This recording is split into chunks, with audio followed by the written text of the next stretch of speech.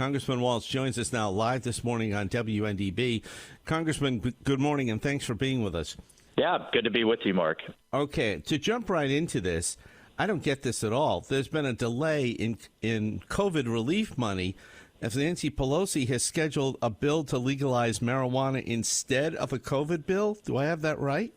That's right. That's right. We're calling it this week cannabis and cats. We voted yesterday on a bill, which actually I supported, so I was fine with it, to protect big cats. We're calling it the Tiger King bill.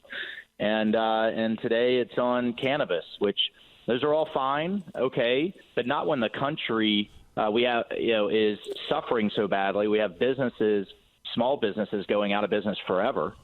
And she can't seem to bring coronavirus legislation to the floor. And here's the thing that gets me so mad, Mark, is there's $138 billion already appropriated from the CARES Act, left over, unused, sitting in the Treasury right now as we speak. All she has to do is authorize businesses to get a second loan if they qualify.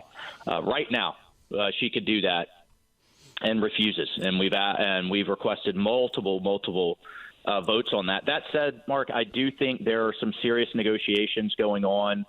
It's coming down to liability protections for businesses that we've wanted, and what I think is bailout money for blue states that the Democrats have wanted, and we'll see if they can't come to a compromise and get that in with the funding that keeps the government going. That will avoid a shutdown next week. Yeah, I was just going to say, how real is that threat of a government shutdown? I don't think we're going to see a shutdown. I think the funding will go through. There are still, some disagreements over some border funding and, kind of typical things that we've seen the last couple of years. But I think at the end of the day, that's going to go through. The question is, do we have a separate coronavirus relief bill, or do we tax some of these individual initiatives like PPP, another round of stimulus, the liability protections? I think we need more protective equipment for our schools. If we have some of those individual things, going along with the government funding, or we have a separate bill. But right now, Pelosi is still standing on the all or nothing, my way or the highway, $2.5 trillion or zero. But there is some indication that she's willing to negotiate, finally. Congressman, turning to education, Florida is leading the nation in keeping schools open. I'm wondering if, I know we're reaching the end of the year here, but should there be some kind of a discussion at the Department of Education about maybe taking a page out of Florida for those states that have not decided to keep their schools open? Seems like we at least seem to know what we're doing. Yeah, and I think Governor DeSantis deserves a lot of credit for that. The philosophical difference, I think, really explains a lot. Florida is letting families decide. You can go in person, hybrid, or virtual, depending on your family situation, whereas places like California and New York, of course, politicians are deciding what's best for your family. And, Mark, it's having a huge effect. I mean, the largest county in Northern Virginia, just outside of D.C., is reporting an 85% increase in failing grades for kids.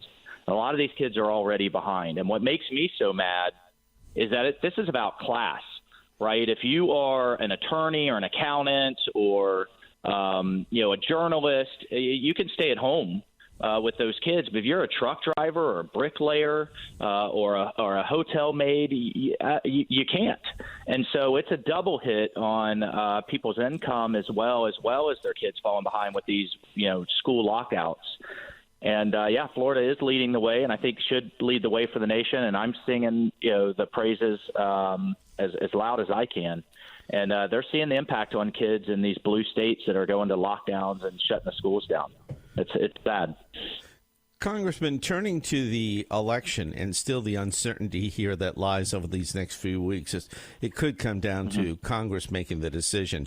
Do you envision in the next session, or would it be at midterms, that somehow we'll have a congressional or Senate conference on a universal way of doing elections more fairly?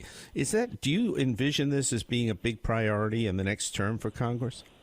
Well, here's my concern. My and this is where I'm really worried about Georgia. Republicans, every single one that came out for November 3rd needs to come out again for those two senators, so that Republicans keep the Senate. Because I don't know about a congressional conference, but I can tell you Speaker Pelosi and the progressives have their eyes on making how voting happens in California go nationwide. They already passed a bill, Mark. Unfortunately, it died in the Senate, the Republican-led Senate, to drop the voting age to 16. They want to take some of these ballot harvesting tactics and take them nationwide. Things that we're seeing where you don't require ID, voter identification, where you don't require signatures. I mean, these are real integrity of the vote. The progressives already have passed bills out of the House. Again, they died in the Senate, but if we lose the Senate, it will become law. And that is absolutely heading in the wrong direction. So that's why it's so critical right now that we keep the Senate. Okay, Congressman, you have been spearheading a move to get volunteerism in America, to give something back for the monies that are paid out. Right. I mentioned this to Allison that I was going to ask you about this today. And, with more jobless claims out there, more COVID relief and CARES Act money out there, is there a way that we can somehow channel this? And I realize Pelosi's running the show, but is there some way that we can channel this so that we get something back in the form of volunteerism, as you have been talking about for the last 2 years? We had language in, what I hated, and I think, a lot of business owners, and I don't think you were a fan either, Mark, was that the federal supplement to unemployment insurance. So people were getting paid more to stay at home than they were in a lot of industries on the job. We had language in, if there was another round of that you get some type of community service, that you get out there and serve your neighbor, serve your community, give back somehow to receive those monies. I don't think that federal unemployment supplement is on the table. So, that language along with it. I don't know that we'll get it in that language in for another round of stimulus, but we're pushing. Okay, because that's a big deal. We're pushing for it. And finally, absolutely. I mean, the taxpayer. This is, these are our children's and grandchildren's monies that we're borrowing against. Now, it's a national emergency and national crisis, so I'm okay with that to a point. But I will continue to push that on every level that I can, and we have a lot of support for it to give back if you're receiving other people's taxpayer dollars.